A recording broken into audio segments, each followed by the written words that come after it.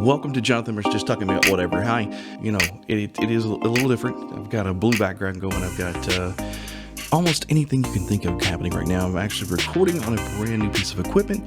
And if you're watching this on YouTube or on Spotify, because Spotify allows for the video now, you'll actually see that I've got some different setups happening. I'm testing out new equipment all the time and doing some really, really cool things. I've got a Ronin that's actually holding my Nikon Z6 Mark II. Right now I'm actually using some Vivo mic arms. The only thing that I do not like about these mic arms is if you tap anything, you hear it in the audio. So, some mic arms you can move around, not get a lot of noise. I've got the expensive Blue, which, believe it or not, still has that noise, but it's not as metal. So the thing I don't like about the Blue is the fact that even when you tighten down everything, it doesn't always stay in place and it untightens itself and you got to re-cranking it down. I don't like it. Unless you've got the right weight on that thing, it just does not work very well. And that's just one of my biggest beefs about that piece of equipment. These arms are really low profile. They fit really well. You feed your mic cables through them. I like them as long as somebody's not beating on the table and moving them around. Now, you're not supposed to be moving them around a lot anyways, right? They're supposed to be kind of stationary when you use these type of microphones for podcasting. But, it is what it is. I've got my New Year 660 lights, got one for my main key, and then got the backdrop light happening as I move out of the way. You can probably see that there. So, it's very cool. It's very interesting. See, I just hit the cable on that one, and that just feeds straight through. And of course, I got too much slack right there on the cable as well, so I need to pull that back through. But all these are getting adjusted as we speak, and I don't know. Sometimes you just think about things, you look at things, and you're like, why? Why do people do these things?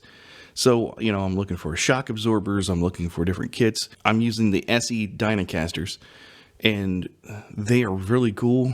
The only thing I don't like about these mics, as well as the Shure SM7Bs, are the fact that they really don't have really good shock absorbing mics like the Electro Voices do, or your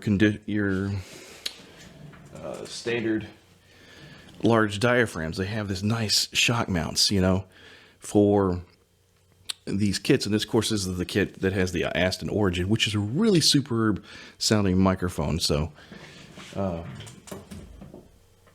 use that sometimes. Sometimes when I'm doing these videos, I'll have these microphones out of range and you don't hear every single nuance. Or sometimes as I reach down into my bag, I'll use a shotgun microphone and hook it up and kind of shoot it from afar. And of course, shotguns are more of a directional microphone, so it can shoot right at you, which is kind of a bad term in a way, I guess. Why do they call it a shotgun mic? Are you going to fire it at somebody?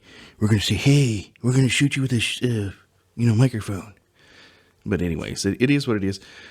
But, it's all about the setup. What setup do you want? How do you want to sound? How do you want to look? That's exactly what I've been toying with. And typically when I do videos, I don't like to have headphones on. I don't like to have the microphone in view. That's just me. But if you're just doing a nonchalant kind of podcasting interview, what does it matter? It really doesn't. Basically, it's the content.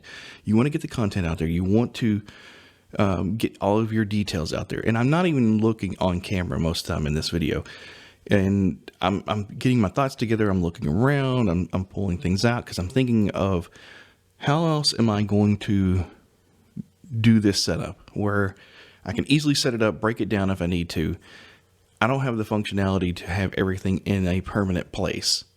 So I'm all about being mobile. Plus, I go do podcasts for other people, and all of my equipment needs to be mobile. So what do I do for that? I've got a huge rack that I can take with me.